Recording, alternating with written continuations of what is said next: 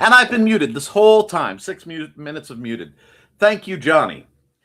There was a mechanical problem I had to fix, and my mic was muted. So let me. Anyway, we'll start. Hi, I'm Nick Tockert with the Historical Fencing Guild.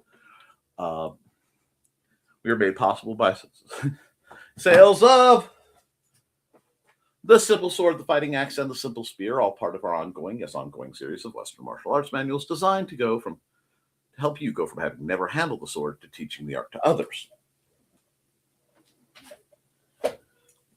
We are also going to be made possible by IndieCD.com, number 3, which will be held in Fowler, Indiana, March 7th. I don't have the flyer on this feed. Let me see if I can just flip some things around to get that to you guys. There we go. Ignore that. There we go. If you want to meet me, talk in person, buy my books, have them signed, have on-site art, and meet other great creators, this is a wonderful time to do so. Okay, and we'll go back to where we're supposed to be. Sorry about that. All right, what we were covering today is a question that came in on the messenger.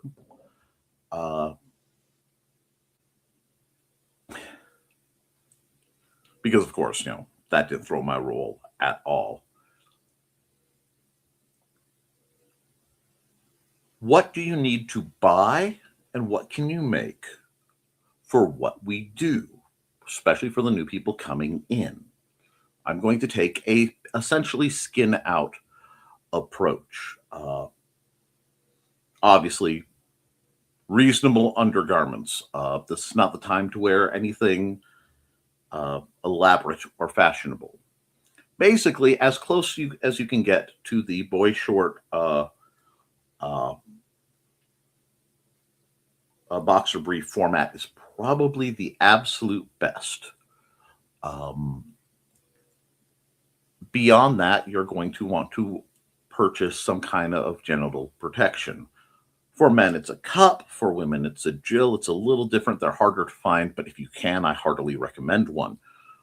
For men, if you order a cup, you are in a new era of cups where you can find ones that are better tailored to your needs. It can be difficult for men of certain endowments to find a cup that will adequately contain and protect.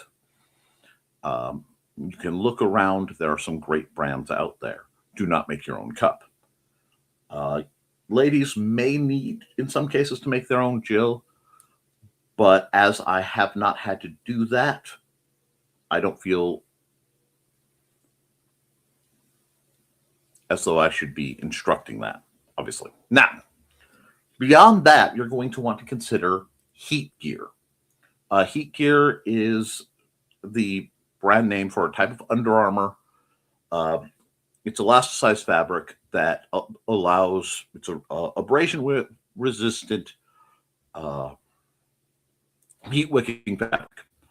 It will help prevent sunburn, obviously. It will help pull the liquid off your skin and make it evaporate more efficiently. You will feel cooler in it than out of it. I say this after many, many, many years of using it. The only reason I'm not using mine anymore is I've literally worn it threadbare and I need to replace my gear. Beyond that, you need to purchase a mask, unless otherwise stated by your group. A 300 Newton fencing mask for the vast majority of what we do is more than adequate. As I am an instructor, I have gone for a Sabre Coaches version, which has additional padding and a Velcro liner where I can pull all the padding out to wash it. The additional padding is because my students are more likely to have calibration issues than the people you usually fight, because someone coming new into the sport usually has calibration issues. Okay. This is a good point where we stop and we acknowledge that most groups have a handbook of some kind, a manual, a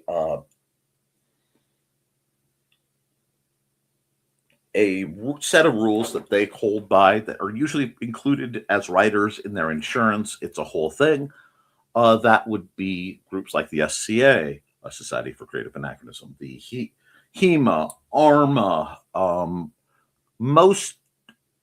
Most gyms of some sort have that, but most gym-like organizations usually provide their own gear, and you may be responsible for renting it and cleaning it, and then they deal with maintenance and replacing as part of your gym fee. That being said, we will continue on as though you are taking part in the Historical Fencing Guild, which I instruct. The next thing you're going to want to consider, you're going to need a gorget. Now, this is one of the rare ones where, if possible, I encourage you to make one, because while you can easily purchase them, Red Dragon makes a perfectly adequate gorget, throat and neck protector. I prefer the made versions because they actually double as a sort of neck brace. They don't just protect the throat, the jugular and carotid arteries, and the cervical vertebrae. They also provide a brace that will, yes, if right, it does limit your head motion, but it will keep your head and help prevent, not 100%, whiplash from snapping your head back and forth should you again fall or incur a hard shot. So I'm a big proponent for gorgets. I talk about them a lot. I plan to actually dig through my parts and make one on a stream sometime this summer, possibly this spring even. Beyond that,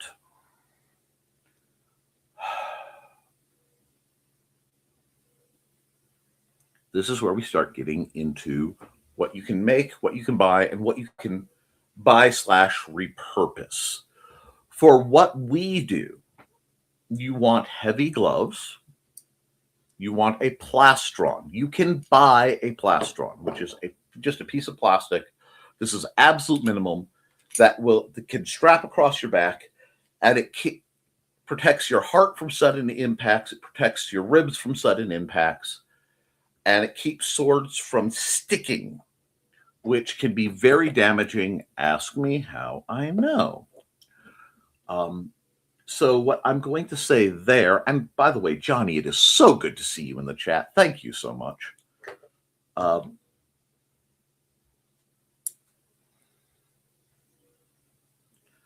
am not sure about why does ice evaporate faster in room temperature than forced in extreme heat. I've never really messed with that.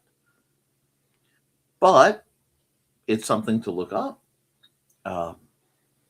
It's a little off topic for my show and channel, but it is fascinating. Getting back to, because I had a request. Okay. Body armor. The basics is first the plastron. Depending on who I'm fighting with, many times that and just rudimentary fabric is more than enough for me and, say, Trilaina, or someone who's been trained for a long time and has adequate calibration to be able to fight. However, we're going to revisit that concept because that is like a cup. I don't count that as armor. I count that as necessity. Beyond that, this is where we start getting into body armors. Body armors and protective agents come in a myriad of forms. Usually, something like a gambeson, which is a padded jacket, will be worn. The purpose of the padded jacket is, as described, it's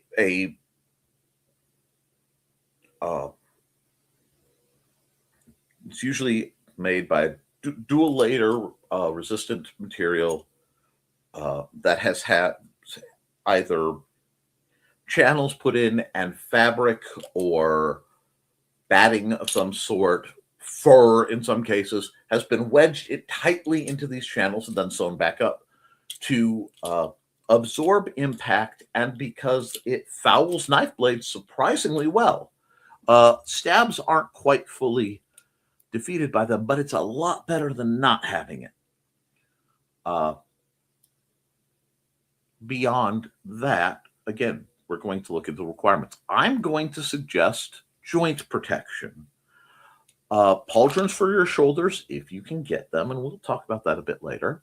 Sometimes you can simply get pauldrons and your gambeson has tie-on points where they can be tied on. Sometimes you have to wear a over garment, essentially a pull-on piece of armor, an armored coat, something like that.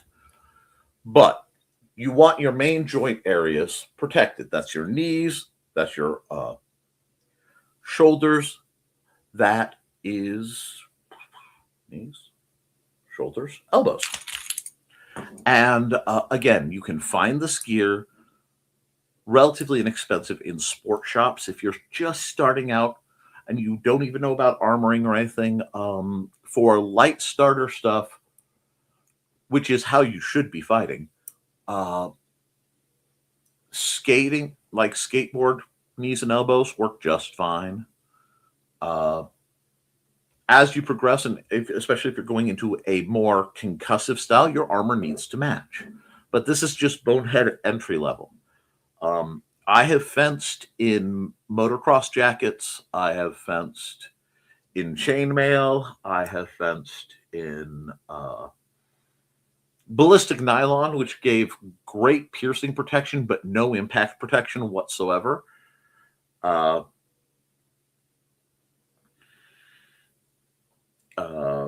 Lorca segmentata.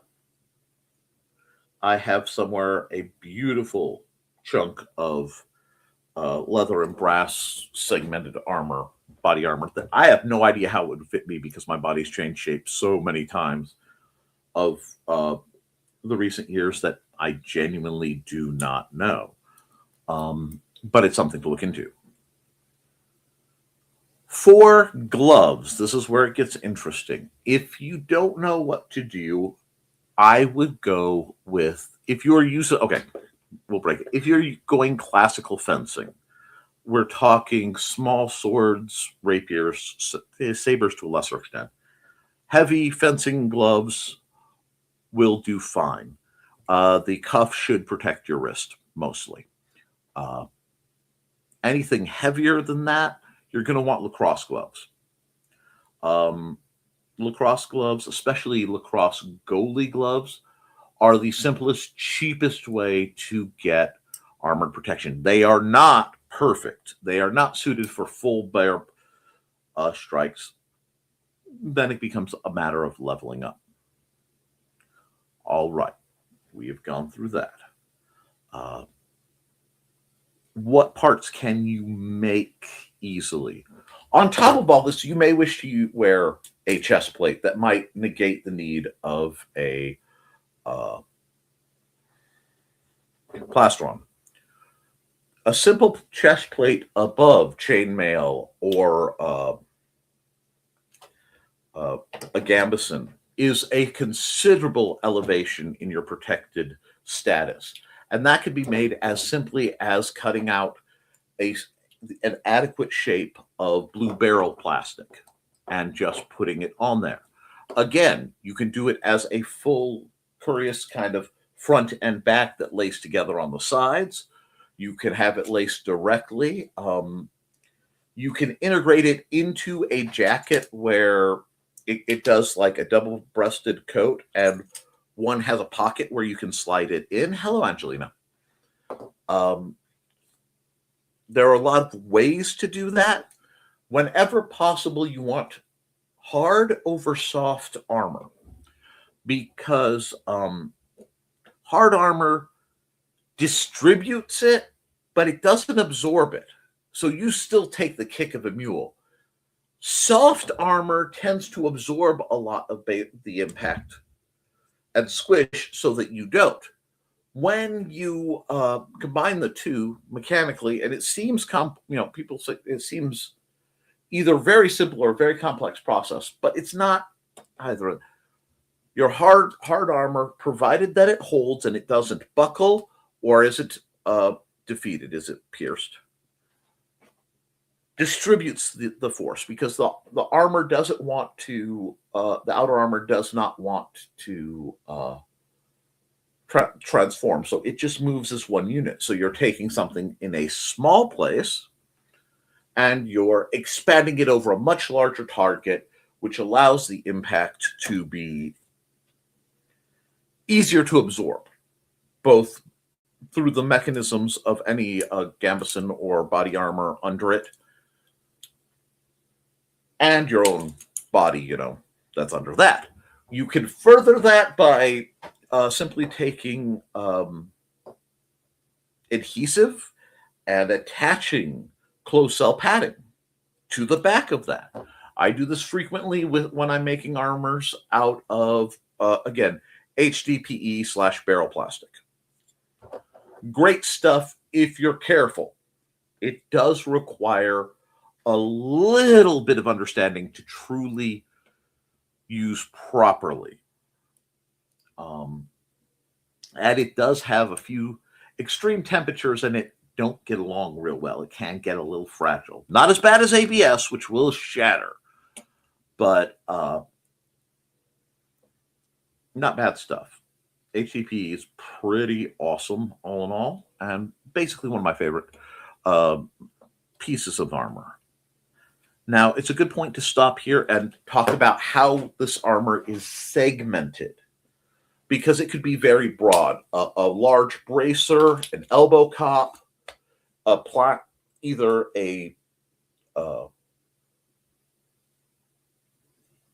just a plate that is laced down, or something that sandwiches fully around your arm and attaches.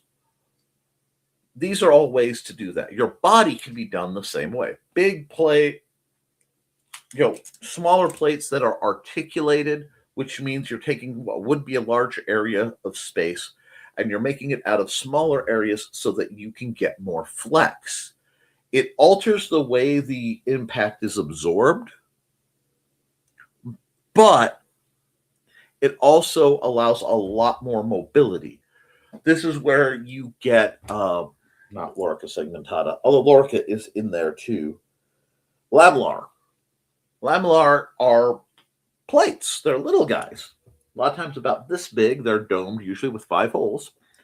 And there are specific lacing patterns where you essentially sew these together with sturdy fabric.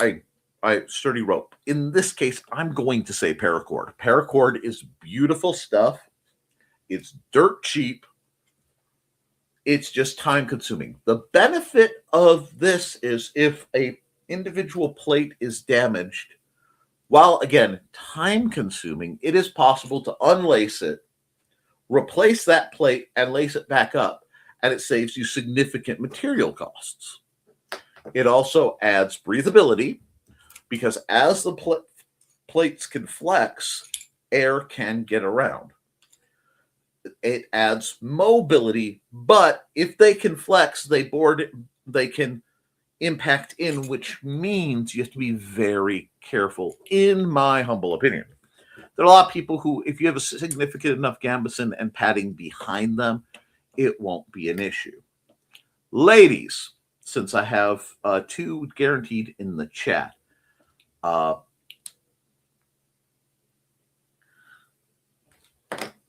you will always want breast protection, okay? You want single piece breast protection. I understand that may be more difficult for some of you to acquire due to your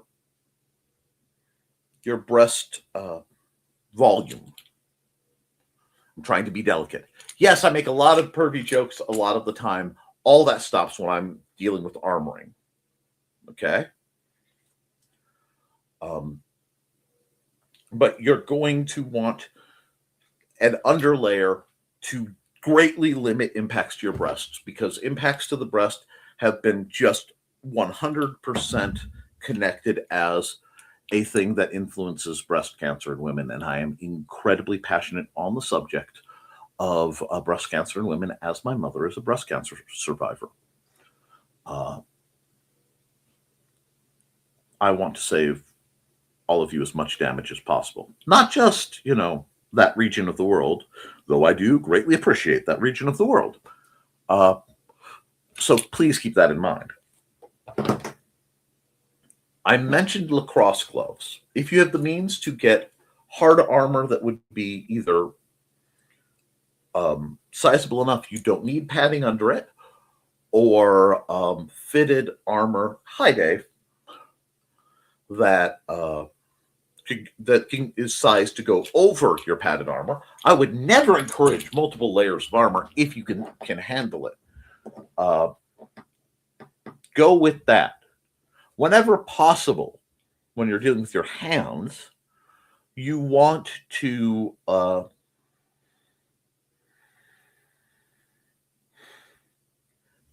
as solid a piece as possible as your glove or gauntlet, which means those mitten clamshells, the articulated mitten-looking guys, are your friend. And the reason for this is several-fold.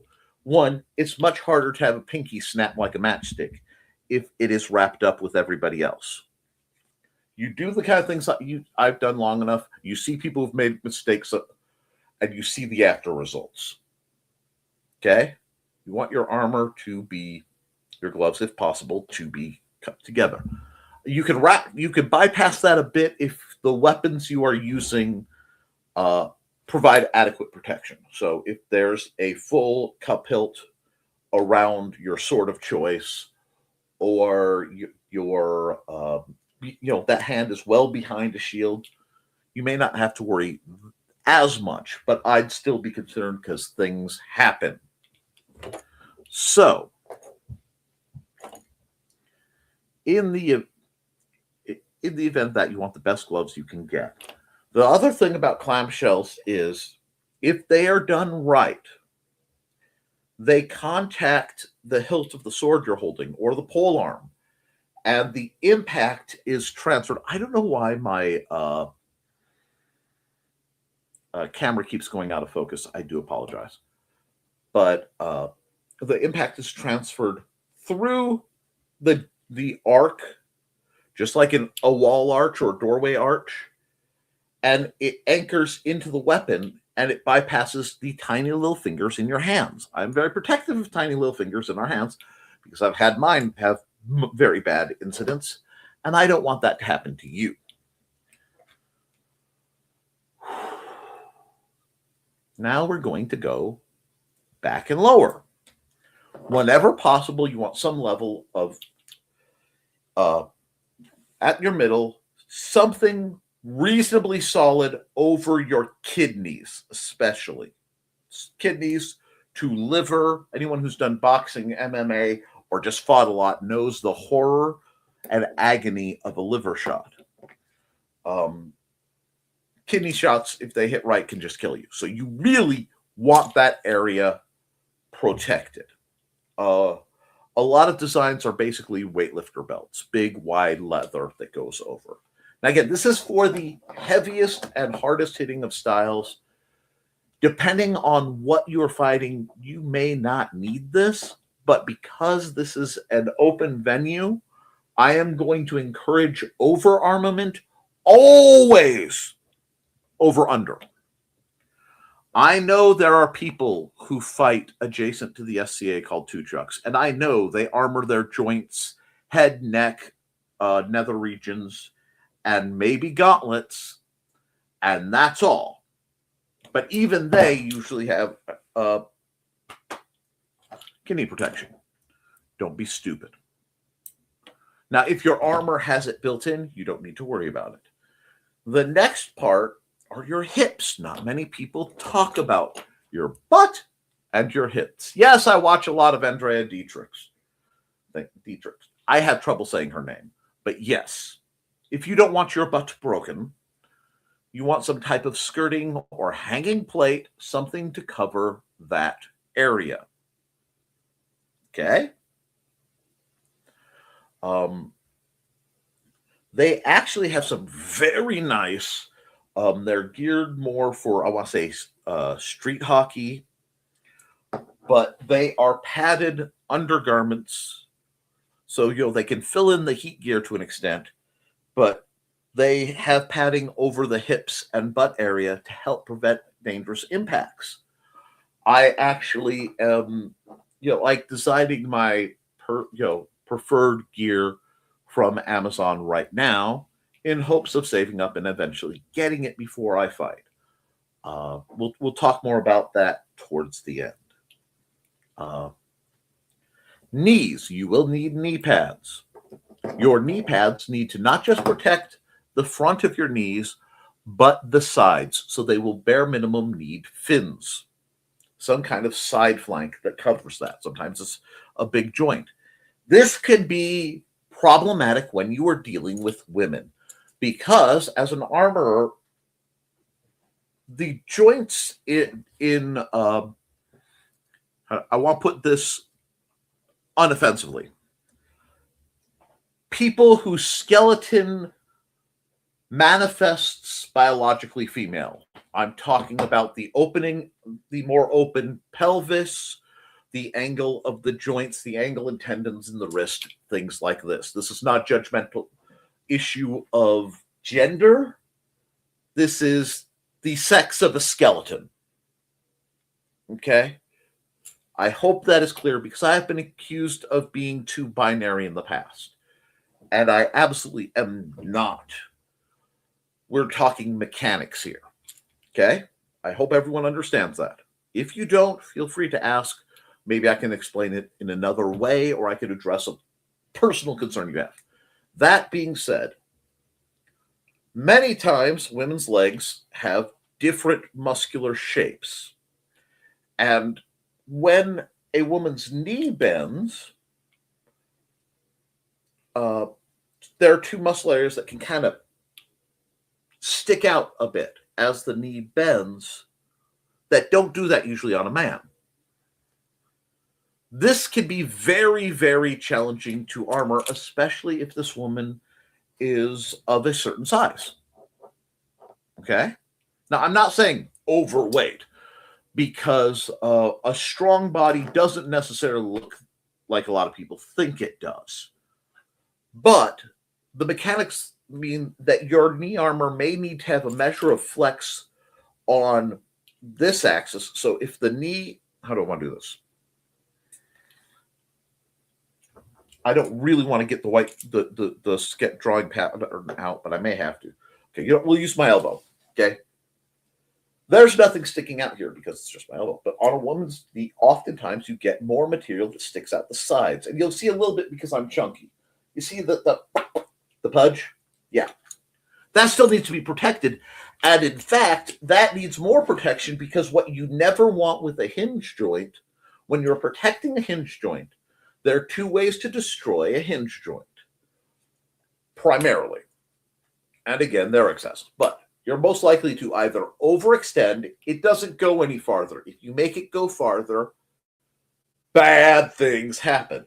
Or you take a blow, and a hinge joint that's meant to go like this bends on the wrong axis. Bad berries. That's why you need a fin to make sure that's protected. It may have to be articulated. Figuring out how to armor my wife's knees has been a passion of mine and an engineering project as long as I've known her, since before we were dating, basically. As soon as I heard about this project, I've been working. I probably have a dozen prototypes floating around trying to make that problem better because their version was just to make her knees better, and then they'd have all the side flapping when she wasn't kneeling, and they'd catch each other and lock up. But it's still something I'm working on, and I'm okay with that. Now,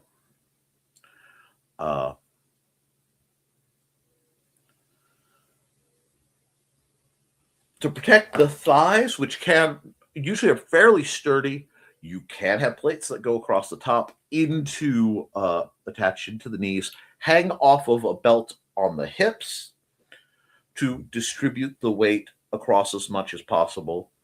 And so it doesn't just dig in shamelessly into the what would be the greave, the shoe portion, so the front of the shin and shoe. As to that, shin guards are wonderful. Very rarely does the lower leg get directly attacked. Largely it has to do with reach and the angles that people fight, but rarely below the knee gets attacked in most sports and situations. But when it does, especially if you are engaging in something more aggressive, there are nerve clusters there that can go into absolute agony. We are talking literal debilitating pain.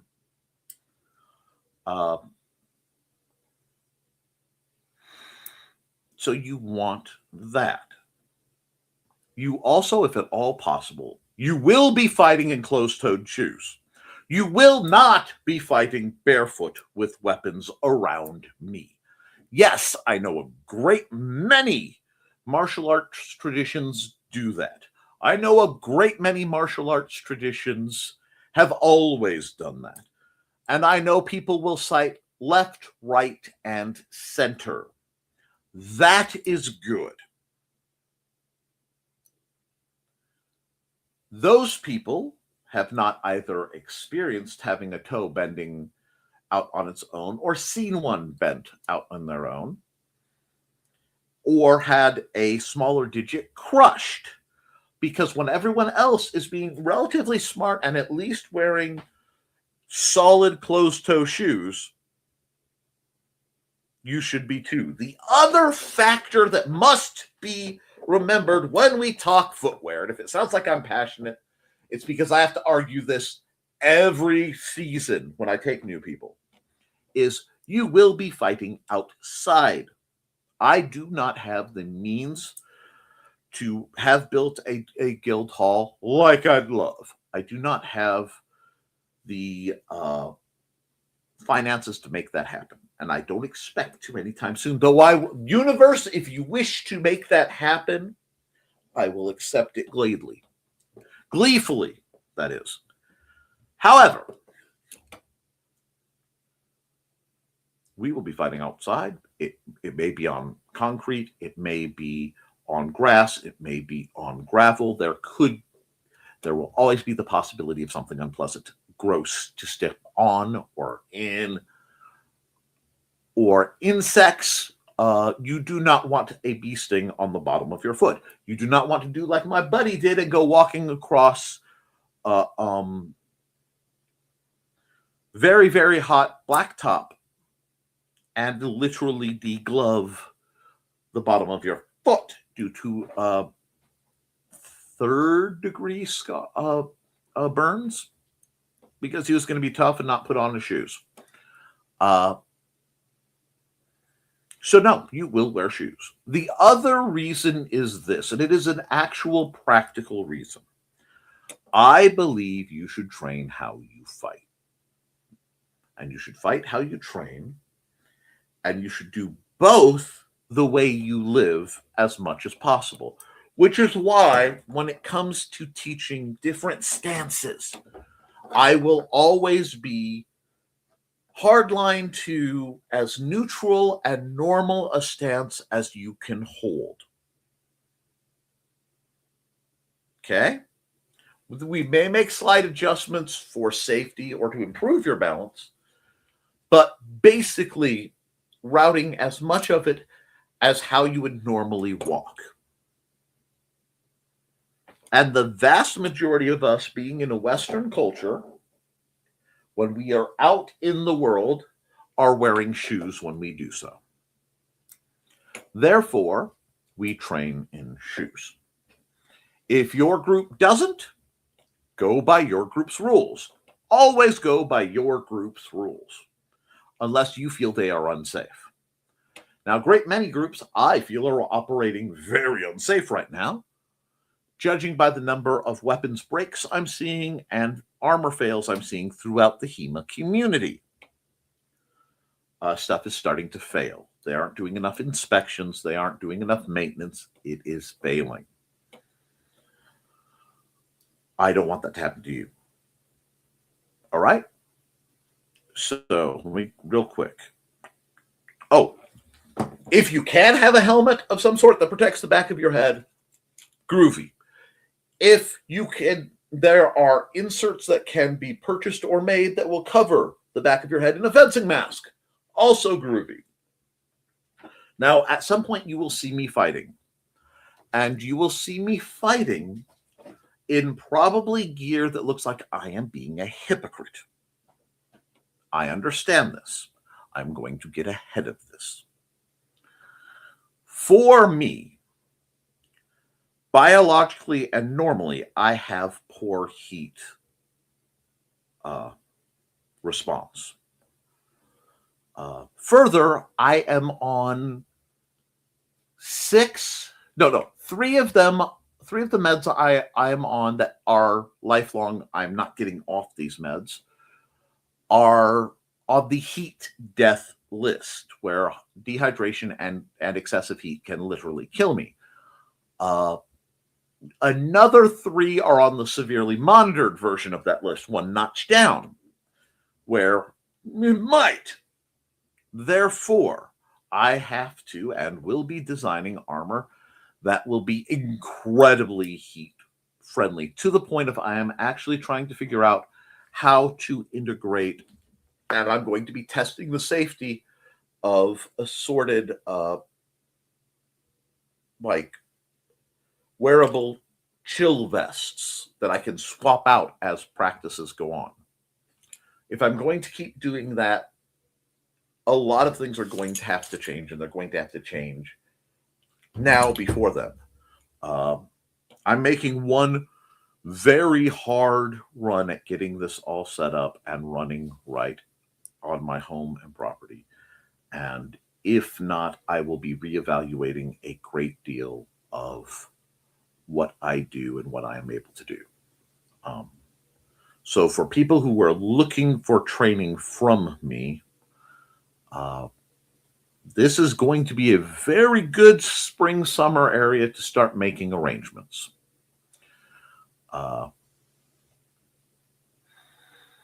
That's just the heady truth of the matter.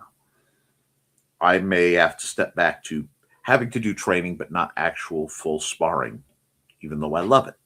And I have been doing it for a quarter of a century. Thus, someone who's spent their life working with adapting gear and adapting techniques for other people's needs must take that skill set and point it inward. But as I said, I'd be in a wheelchair in 6 months, 20 years ago. I am decidedly stubborn. Now that that's been said, we can go on to gear. Again, if you're part of a group that requires purchased gear, do so. Most have loaner gear. If you are borrowing someone's loaner gear, please slip them a little money. They'll say they don't need it. They say they don't want it. Do it anyway, because you are damaging their gear. Every time you use it, everybody is. And if it breaks, you're going to have to find a way to at least offset some of the cost. That's a courtesy. I had someone borrow a rapier and bend at the time a $70 blade, and that was $70 10, 20 years, better than 10, 15, 20 years ago. Hell no, yeah, because that was, so yeah, real close to 20 years ago. 2006, $70 is I'd have to look up the difference, but it's a lot more than 2026, if you get what I mean. Especially to our finances that time. That's at that time in our life. But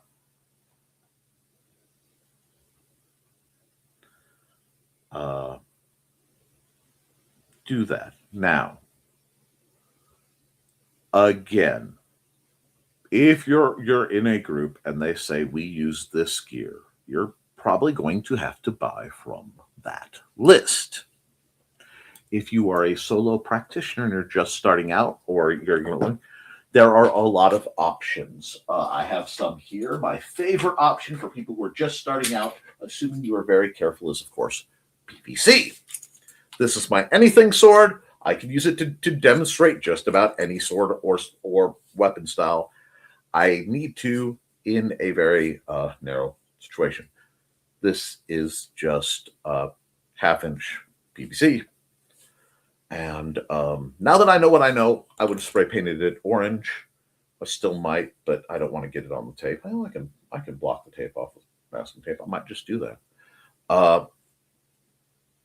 Because UV breaks up PVC. So sunlight is really bad for PVC. Spray painting it helps keep the sunlight out. Now,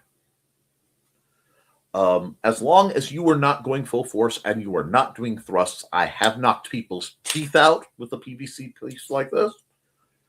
The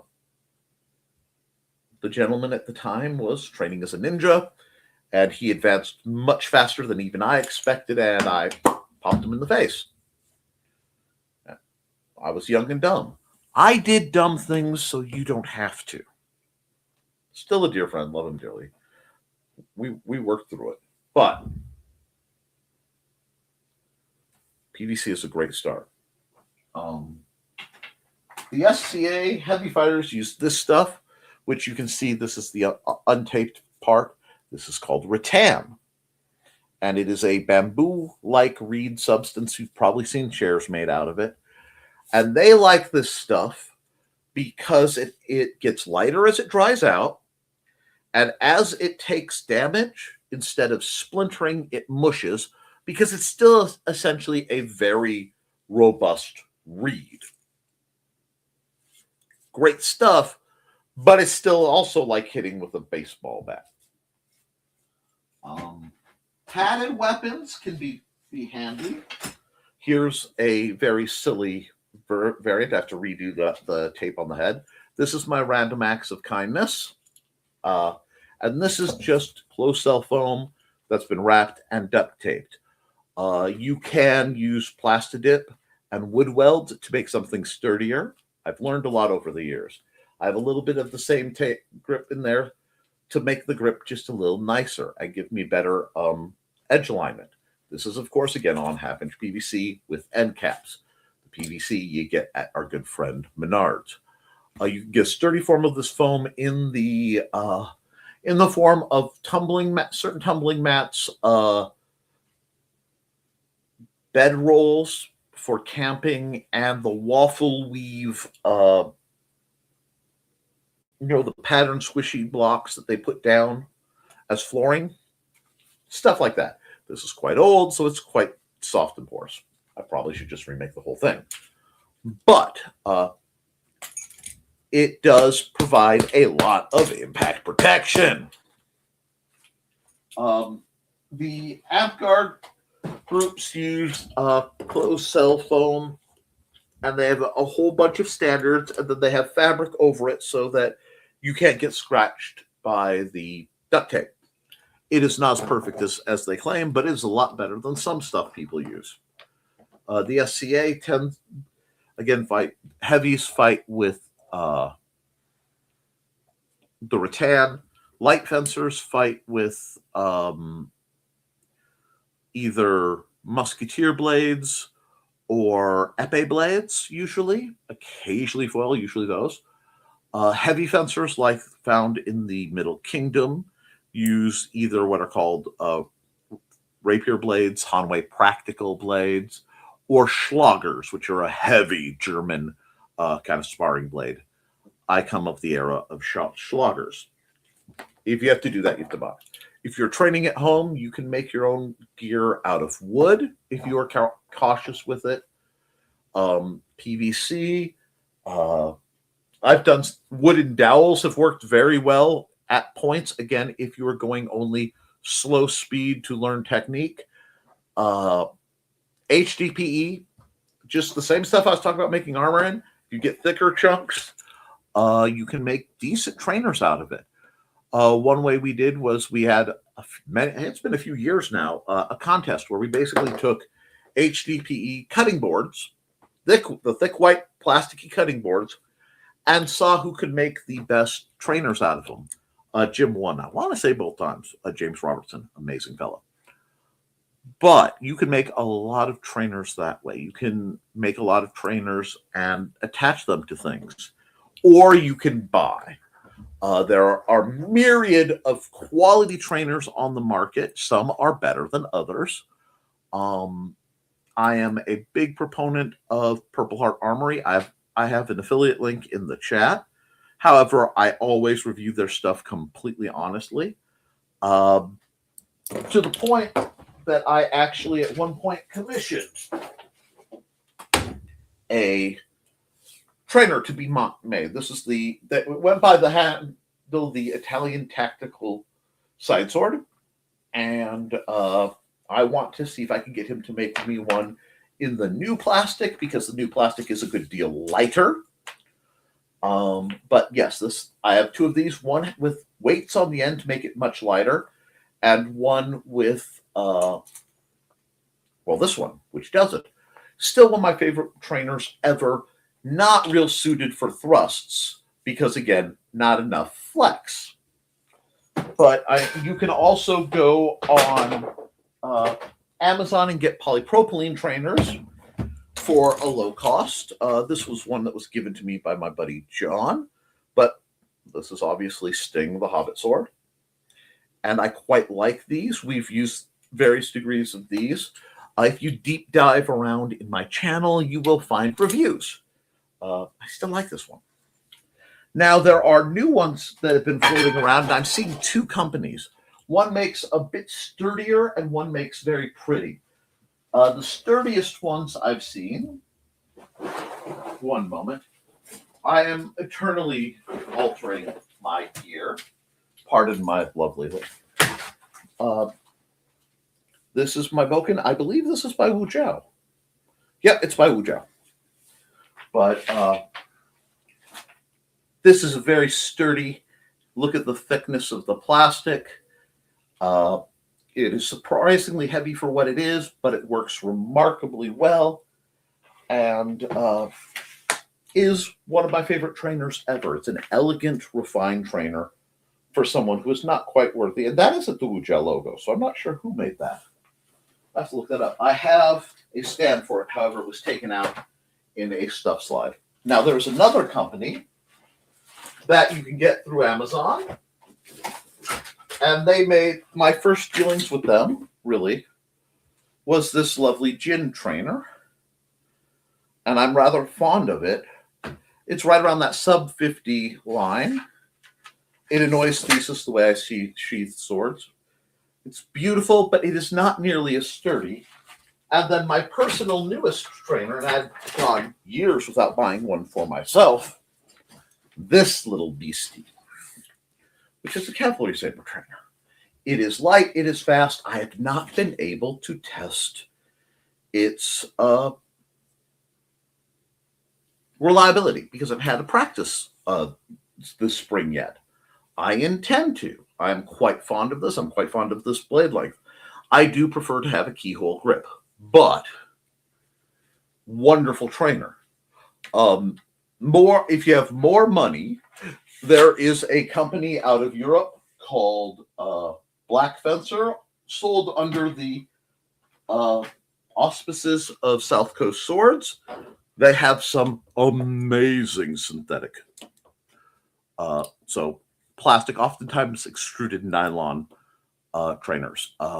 If you like heavier fighting styles, I definitely love the Red Dragon trainers. They're great. They have a steel core, extruded nylon body. They have flex to the first third of the blade. They're about bulletproof. They're just heavy. Most of mine live out in the garage. I have a couple in the house because they happen to glow in the dark, and I needed them for a bit of shtick.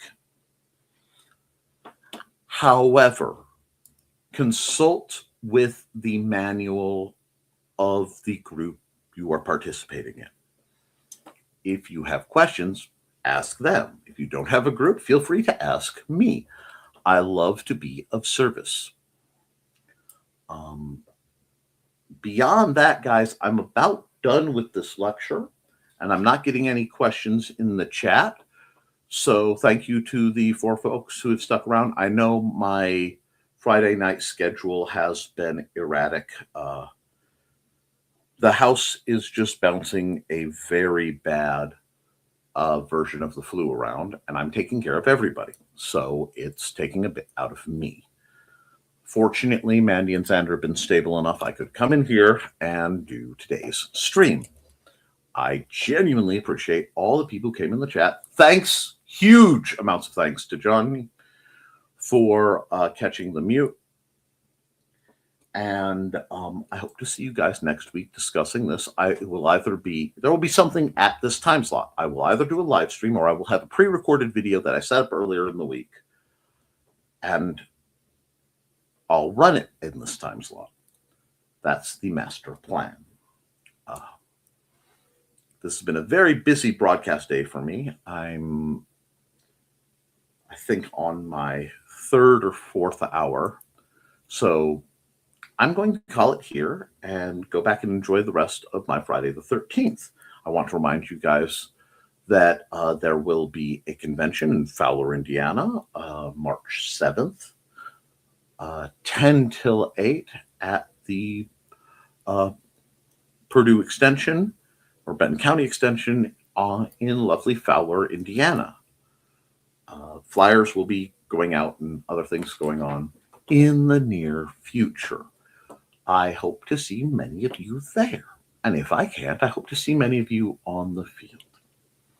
So guys, keep your guard up. Keep your eyes open, be kind to yourself and each other, and as always, thank you for supporting your local sword master. I will see you all very soon. I will be updating the names scrolling across the bottom by next week, for the folks who may be wondering. And I'm still planning to do some material with the Patreon exclusive material coming up very soon. I will give more information on that as it comes to fruition. Good night, folks.